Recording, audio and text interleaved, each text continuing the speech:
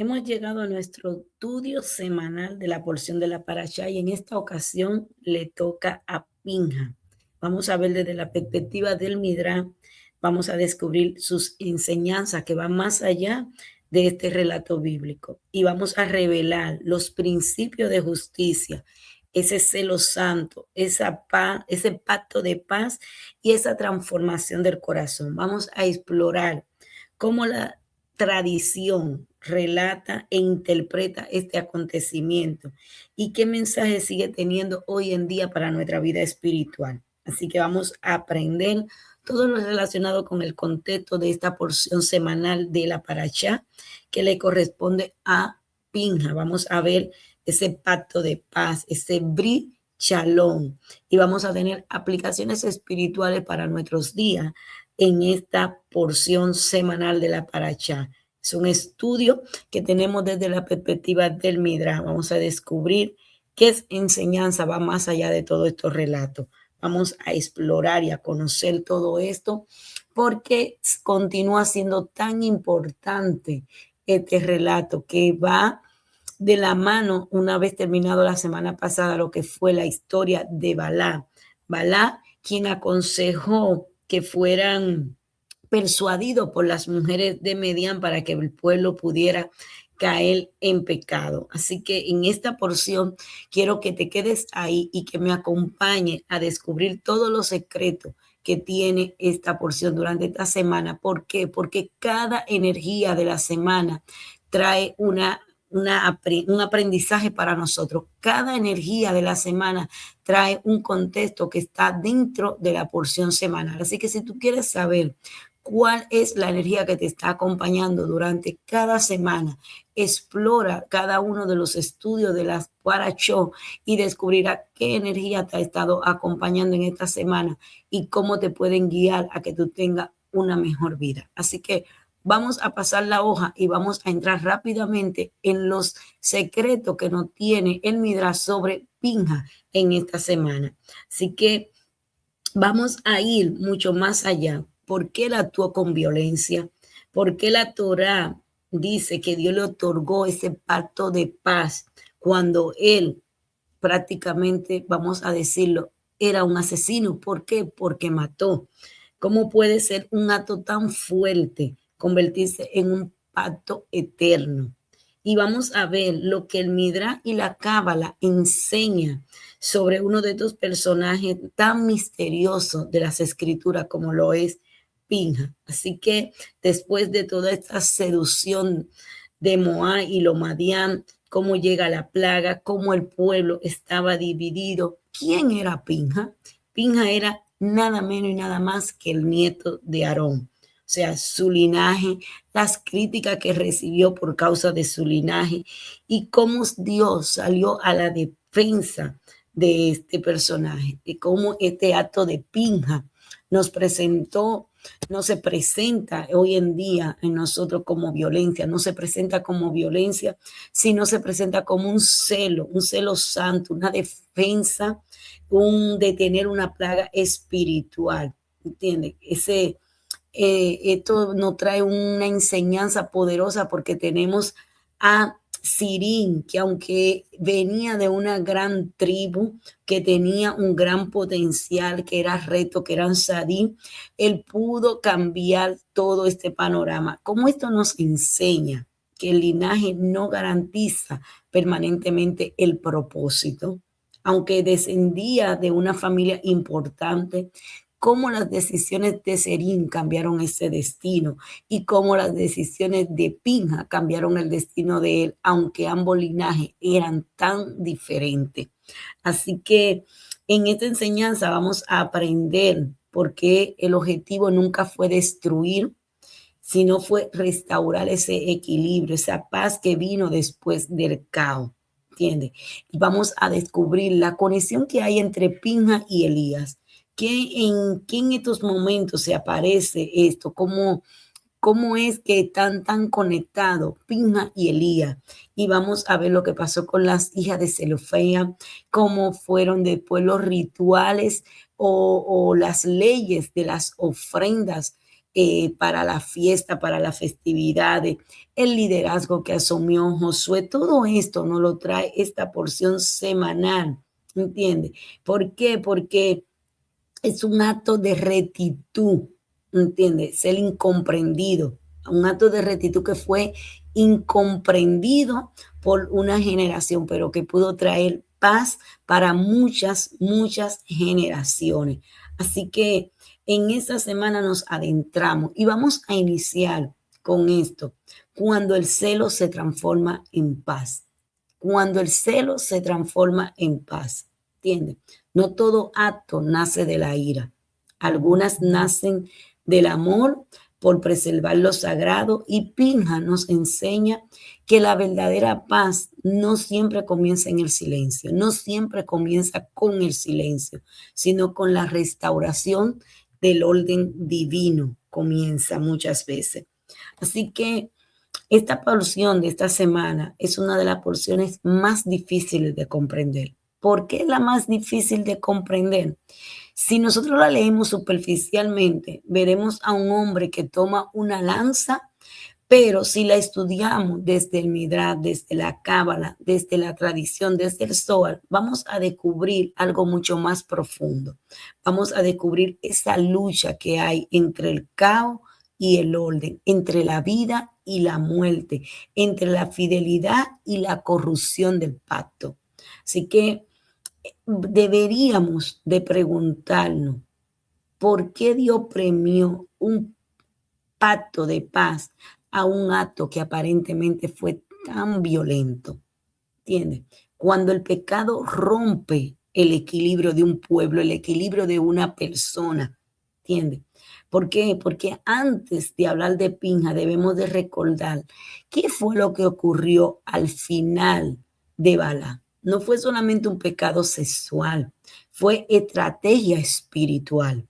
¿Entiendes? Balán comprendió que no podía maldecir a Israel desde fuera. Así que hizo, buscó destruirlo desde adentro. Muchas veces lo que no te puede destruir desde afuera, puede usar un familiar, puede usar una situación para destruirte desde adentro. ¿Por qué? Porque sabe que desde adentro te va a debilitar. Desde adentro va a conocer cuáles son tus emociones, cuáles son tus deseos, tus aciertos y tu desacierto. ¿Entiendes? Entonces, como cuando el enemigo se hace tu aliado para destruirte. Entonces, eso lo comprendió Balaam. ¿Y qué pasó? Que las hijas de Moab y de Madián sedujeron al pueblo y lo llevaron a adorar a Baal Peón, a los Baales. Cuando el pacto con Dios se rompió, ¿qué ocurrió? Comenzó la plaga. Y aquí aparece un principio espiritual muy importante. El enemigo rara vez destruye primero el cuerpo. Él intenta destruir el pacto que tú tienes. Él intenta destruir los acuerdos. Él intenta destruir tu conexión con el ser superior. Él intenta destruir tu conexión con el creador, con la fuente divina. ¿Por qué? Porque cuando él destruye esa conexión, entonces empieza a destruirte el cuerpo, pero nunca busca destruir el cuerpo primero, busca destruir las conexiones. Y eso no solamente se da en las conexiones que podamos tener, vamos a decir, a nivel espiritual con el creador. Muchas veces se da en conexiones que tenemos con grandes amigos, con grandes personas, ¿entiendes? Que van a buscar destruir tu relación que tú puedas tener muy cercana con alguien. ¿Entiendes? Y es aquí donde muchas veces nosotros tenemos que cuidar lo que escuchamos. ¿Para qué? Para no destruir nuestra relación que podamos tener con una persona muy cercana cuando alguien se quiere meter en el medio sutilmente y destruir esa relación. Así que, ¿quién era realmente Pinja? Pinja era nieto de Aarón, era hijo de Eleazar, ¿entiendes? Un hombre aparentemente sin protagonismo, no era sacerdote, no fue elegido para sacerdote hasta ese punto. Sin embargo, el Midrash cuenta que algunos lo despreciaban por el origen de su familia materna, por el origen de su familia, de su mamá, ¿entiendes? Lo juzgaban mucho por sus raíces. Entonces Dios hace algo extraordinario. No permite que sea el pueblo quien defina la identidad de Pinja, sino que es Dios quien habla y declara que Él es digno del sacerdocio. ¿Entiendes? Y esto me llama mucho la atención porque el Midrash nos relata que no solamente él defendió el honor o la imagen de Pinja, sino que también eh, al Cohen Uría, quien ofreció el primer Beque Hamita, el primer templo durante el reinado de Ahaz, fue sospechado por el pueblo por haber descendido de los Gabanitas. Entonces, ¿qué hace Hachén? Hachén lo declara que su origen era puro, ¿entiendes? En Josué 8:2. El profeta Jeremías, el profeta Ezequiel, fueron personas que fueron despreciados por causa de su linaje y que salió el creador a su defensa, ¿entiendes? Uno era por un lado porque era descendiente de Rabá, que fue eh, afirmado en ese tiempo, y el otro fue descendiente de la conversa Rabat, quien escondió a los espías judíos cuando llegaron a la ciudad de Jericó. O sea, ambos venían de un linaje despreciado y cómo Dios sale a su defensa, cómo Dios sale a su encuentro. Y esto es muy importante porque muchas veces nosotros queremos defendernos nosotros y no dejamos que el Creador salga en nuestra defensa porque somos juzgados por nuestras familias, por nuestros pasados, o no solamente por nuestra familia, sino por el pasado que pudimos haber tenido en algunos tiempos. O sea que muchas veces Dios levanta precisamente a aquellos quienes otros menosprecian. A quienes aquellos menosprecian, Dios lo levanta. ¿Entiendes? Entonces vemos desde la Torah cómo Pinja, el nieto de Aarón, el hijo de Eleazar, el Midrash explica que no es un simple dato porque él afirma cuando en este capítulo se habla de Pinja, nieto de Aarón, hijo de Eleazar, porque el creador lo llama así. ¿Para qué? Para que no sea cuestionada la sinceridad de Pinja. ¿Por qué? Porque su abuelo era el consolidador de la paz, el que buscaba la paz. Entonces, el celo de Minja estaba bien cimentado por esas enseñanzas, aunque su descendencia materna era de Itro y por lo tanto también de los madianitas. ¿Entiendes? El mismo pueblo no creía en tal celo que él podía tener y empezaron a murmurar, empezaron a criticar. Entonces, ¿qué hace el creador? El creador instruye a Moisés que, y le dice lo que tiene que hacer, que lo hiciera algo público, ¿verdad? Que lo preparara, lo ungiera como Cohen, como sacerdote.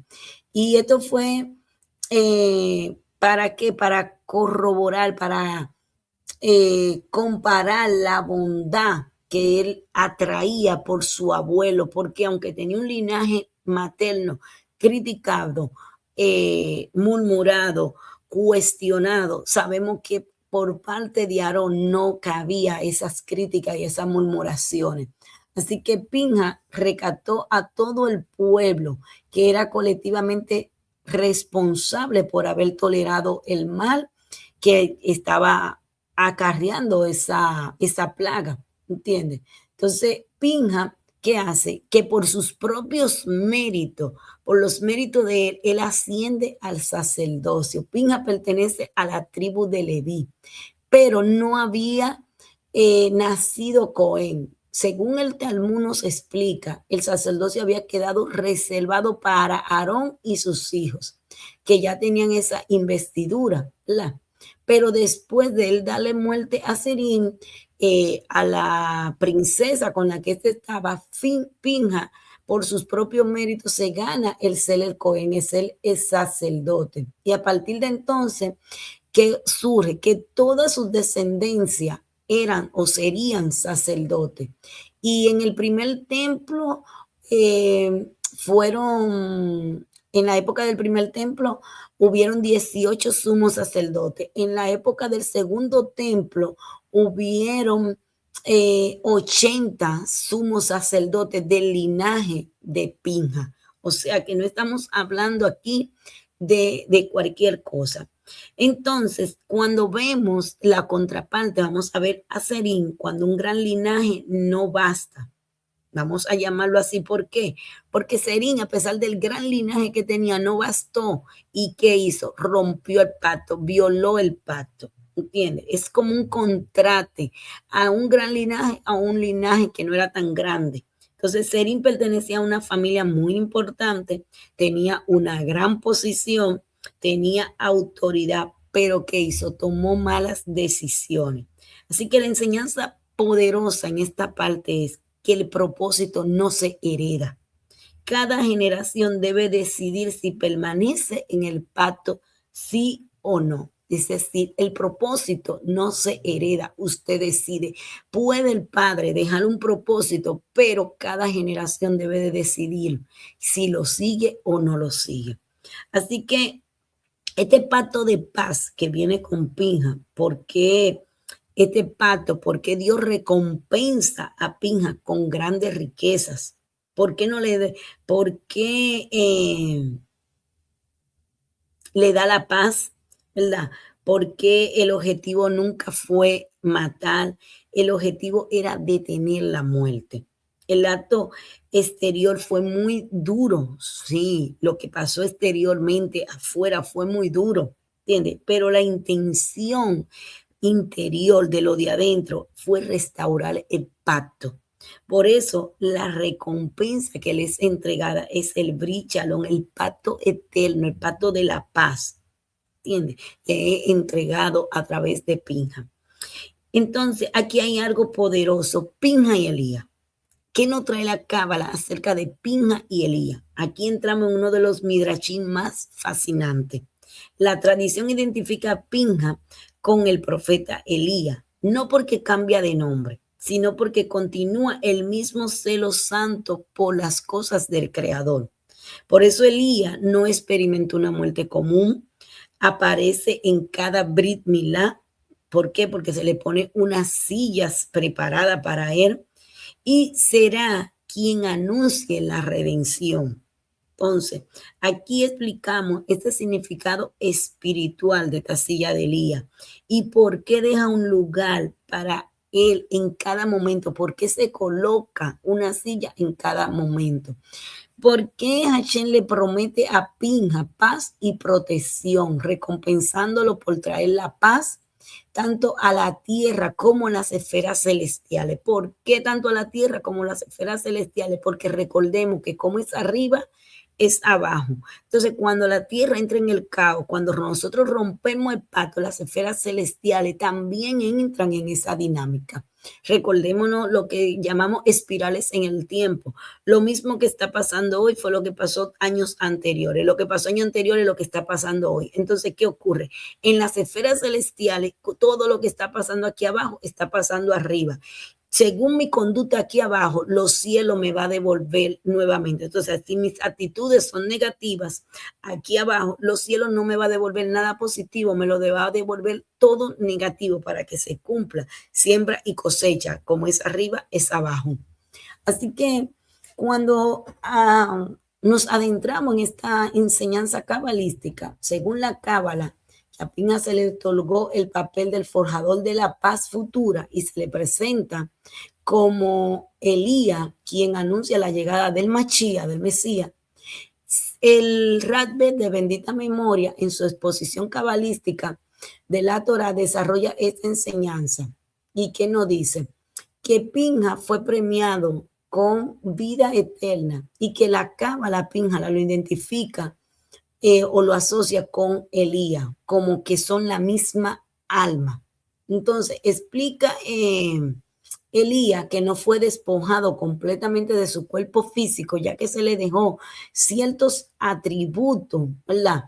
¿Para qué? Para que de tiempo en tiempo pueda venir aquí a la tierra y visitar la tierra. O sea que cuando él ascendió se le dejaron ciertos atributos físicos a Elías. Entonces, Elías y Pinja, según la cábala, son la misma alma. ¿Entiendes? Entonces, aquí hay ese pacto eterno y todo lo que demás esto contrae. El Zohar, en la sesión dedicada a esta paracha, que es una de las más extensas, tiene 2 libros, Es una obra muy profunda que profundiza mucho este vínculo de Elías, de Pinja y del Brit Milá, el ángel, y también nos habla del ángel del pacto. De aquí proviene la costumbre de reservar una silla en cada Brit Milá, una silla dedicada que se llama la silla de Elías. El invitado a su presencia, ¿para qué? Para atestiguar él mismo todo lo que pasa. Y en su vida como Pinja dedicó todo su celo. O sea que el sol vincula ese celo con la cualidad de Gureva, del rigor, de la fortaleza, de la fuerza, que a través del ticún, de la rectificación, se transforma en la capacidad de traer paz. Y la misma paz prometida a Pinja es en este pacto el sacerdocio eterno, un pacto de Keuná, un pacto de sacerdocio eterno. Por eso dicen los sabios que el mayor don, por decirlo así, o talento es Gureva y lo que más tenemos que trabajar. ¿Por qué? Porque cuando usamos este rigor, esta fuerza, para transformarlo, lo podemos transformar en paz, en pacto. Entonces, ¿qué hizo Pinja? Usó toda su Gureva, toda su fuerza, toda su fortaleza y lo transformó. ¿Entiendes? Hizo una rectificación y trajo la paz. A través de la fuerza, a través de Gureva, trajo la paz. ¿Entiendes? Entonces, los grandes ancestros de Pinja son enumerados en la Torá para subrayar que él siguió las huellas de sus padres y de su abuelo. ¿Entiendes? Y en cambio, el Midra presenta a Sirín como la vergüenza de su propio linaje. A pesar de haber sido el fundador de su tribu, actuó de una manera totalmente contraria, llegando incluso, según los sabios, a destruir en el pasado la ciudad de Chem por causa de inmoralidad, pero luego él cae en esta inmoralidad. Padre. O sea, su padre descrito como el más grande de los reyes de los madianitas, había entregado a su propia hija a la prostitución, un ritual, como parte de una conspiración contra Israel, por la orden que ya se le había dado a través de Balá. Entonces, él entregó a su propia hija para seducir, y es decir, como príncipe con príncipe estaban ahí, pero la orden que Hachén había dado era que no tuvieran vínculos con los madianitas. Lo único que se respetó aquí fue a los Moab. ¿Por qué? Porque de la linaje de los Moab tenemos a Ruth la Moabita, y de donde viene David y de donde viene Yeshua. ¿Entiendes? Entonces, sabemos toda la historia y sabemos lo que esto va a desencadenar cuando hablamos, ¿entiendes? De que hay un linaje por el cual viene el Machía, el Mesías. Así que en esta guerra que ocasionó todo este desorden, todo este azote hacia el pueblo de esta plaga, donde el creador le ordena a Moisés atacar a los madianitas, pero le ordena atacar a los madianitas de una forma tal que le dice que no le den de receso, que no le den descanso, que lo destruyan completamente.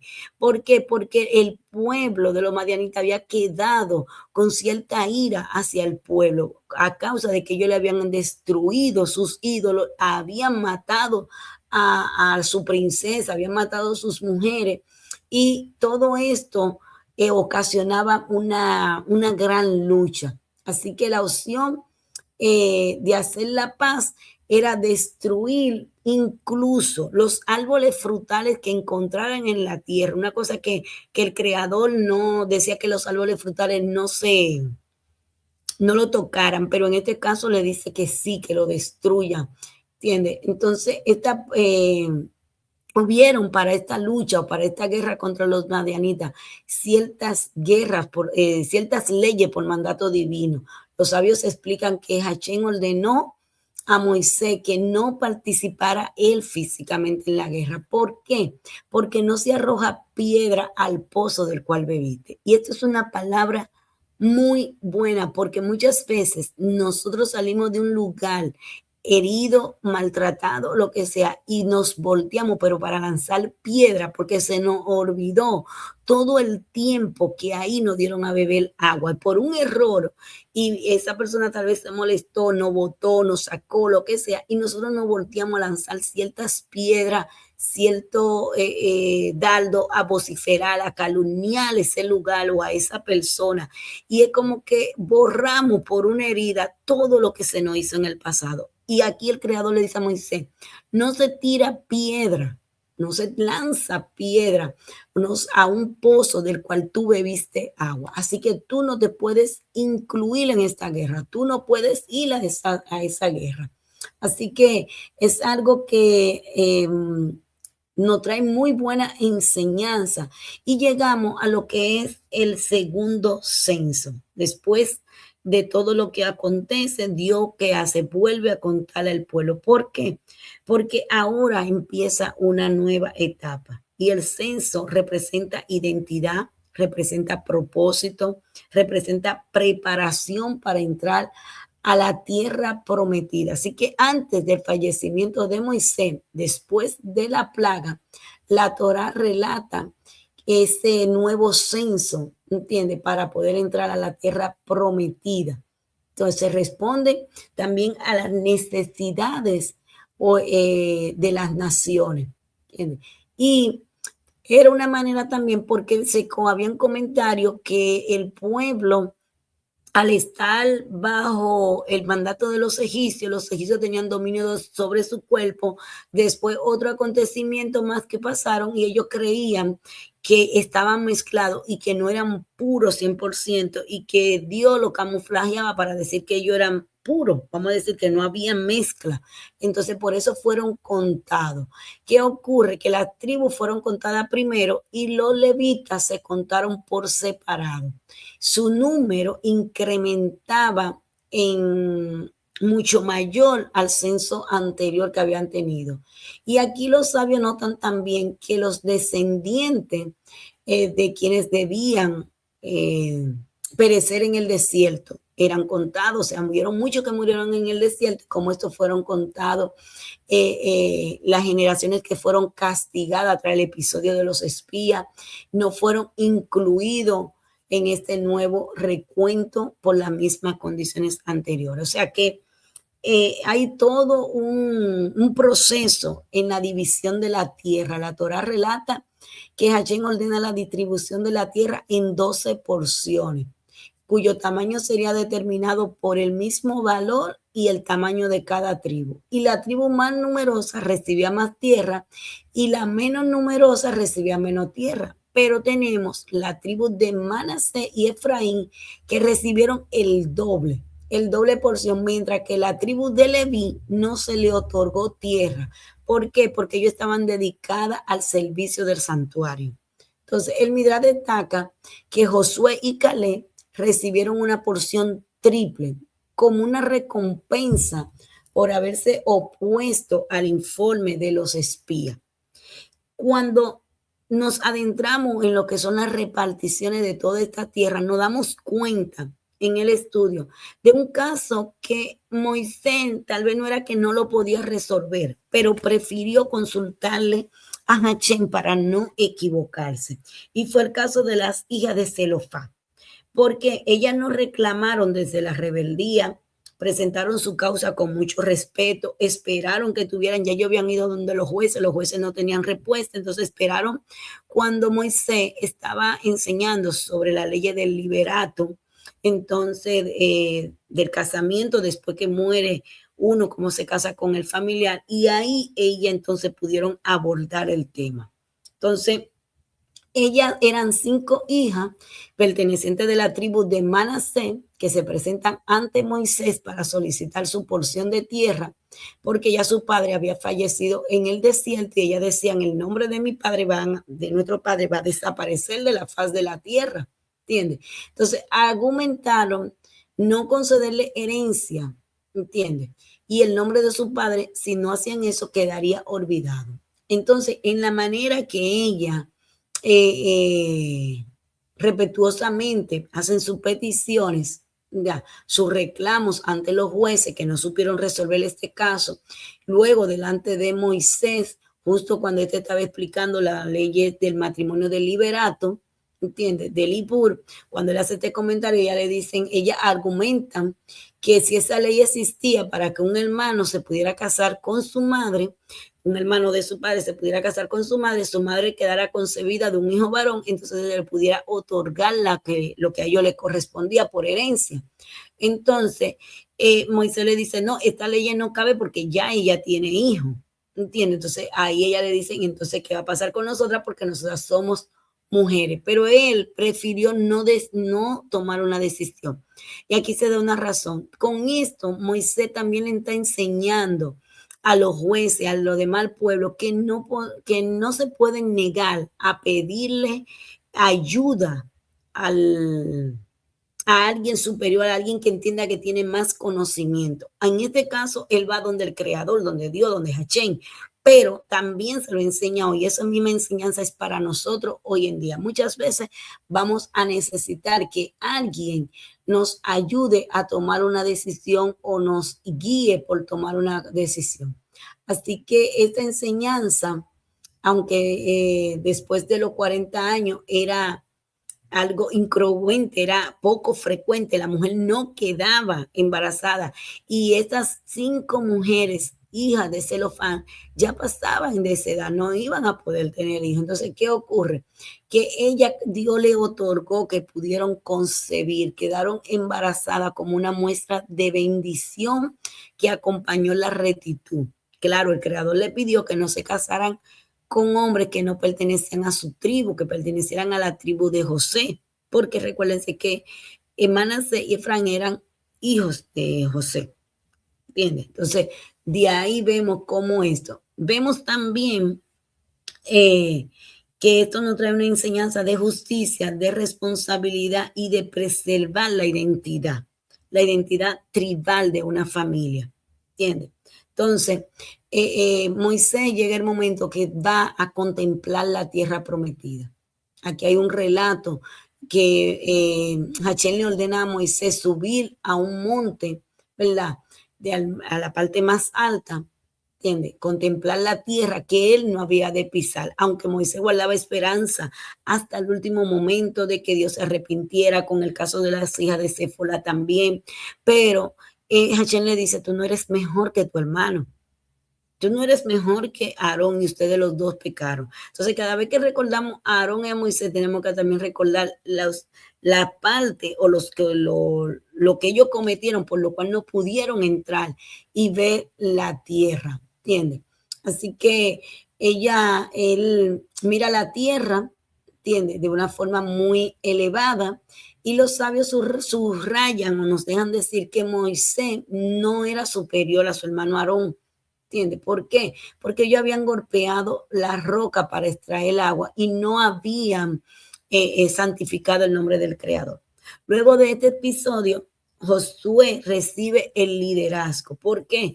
Porque Moisés empieza a orar diciéndole al Creador que le dé una persona con un espíritu que pueda guiar al pueblo, que no se dé ni a derecha ni a izquierda, que sea certero, ecuánime, que esté revestido del espíritu de la profecía, a lo cual él respondido y le dice que Josué es el indicado, que ya fue elegido y que tiene el espíritu de la profecía y que él como cuidó a Moisés y todo eso y un sinnúmero de cosas más. Así que cuando se le pide, el Midrash explica que quien cuida la higuera come de su fruto y quien sirve fielmente a su Señor será honrado.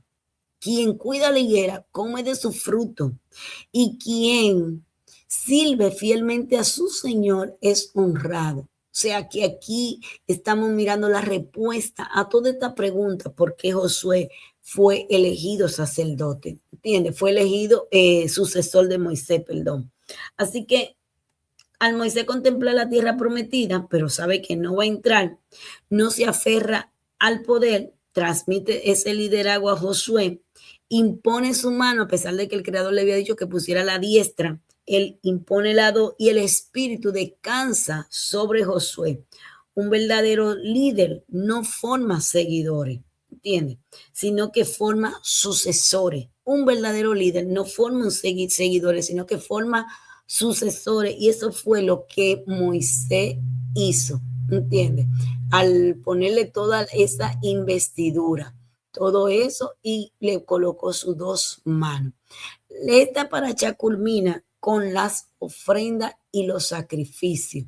¿Entiendes? Aquí hay detalles muy importantes de las ofrendas y el Midrash señala que Hashem ordenó a Moisés enfatizar que él no necesita ofrenda del pueblo, que el mundo entero le pertenece y que él lo creó, que la ofrenda existen para beneficio espiritual de quien entrega las ofrendas, no como una necesidad divina. O sea, yo no necesito tu ofrenda, yo soy el dueño de todo lo creado. A ti te conviene darme las ofrendas para que tengas beneficios espirituales. Así que Dios no necesita animales, no necesita sacrificio, porque todo es de Él, todo le pertenece. ¿Y qué hacen las ofrendas? Las ofrendas transforman el corazón del hombre, ¿entiendes? No alimentan a Dios, sino que transforman el corazón del hombre. Y aquí podemos reconocer las ofrendas diarias, la ofrenda de Shabbat, la fiesta, el sentido espiritual de cada una. No vamos a abundar esa parte de todas las ofrendas porque eso tendría que traer un estudio completo. Y en cada fiesta nosotros hacemos mención de todas estas cosas que tienen que ver con las ofrendas. Y en el canal tenemos una play nada más dedicada para las festividades. Pero aquí vamos a entender algo. Tenemos el sacrificio diario, el talmín, un cordero ofrecido cada mañana y otro cada tarde, en representación del todo el pueblo, ya que era imposible que la nación entera estuviera físicamente en el santuario. Y a esto se le suman las ofrendas adicionales, que son las ofrendas de Musa, la de Shabbat, las ofrendas de Rojo Chodé, que es el comienzo del mes, y la de las festividades, como son Pesa, Shavuot, con una ofrenda especial que tiene Shavuot. Y después le siguen Rosh Hashanah, que son las que vamos a entrar ahora en septiembre, que es el año nuevo, con el mandato de sonar el shofar. Luego sigue Yom Kippur, con su propio sacrificio de Musa, y Sukkot, donde cada uno de los 7 días una ofrenda de Musa, que termina con la culminación del 8º día, Shemini Atzeret, y la festividad de la retención, cuando el pueblo es invitado a permanecer un día más junto al Creador. Así que Pinja comenzó esta historia con una lanza, pero terminó dejando un legado de paz. La verdadera paz no consiste en evitar todo el conflicto, consiste en restaurar el orden divino, el orden de Dios cuando el caos quiere gobernar. En eso consiste la paz. Así que la parashá de Pinja traza todo un arco que va desde el celo individual de un solo hombre a una organización, a un pueblo completo. ¿Para qué? Para reparar, para que puedan tener la heredad o poder heredar la tierra. Así que la justicia, el censo, la herencia, el liderazgo, el servicio, las enseñanzas cabalísticas que tenemos de Pinja y de Liam, que hay muchísimas más desarrolladas en el Zohar, como una exposición de todo lo que esto acontece y cómo esta porción de Pinja viene a traer sanidad en nosotros.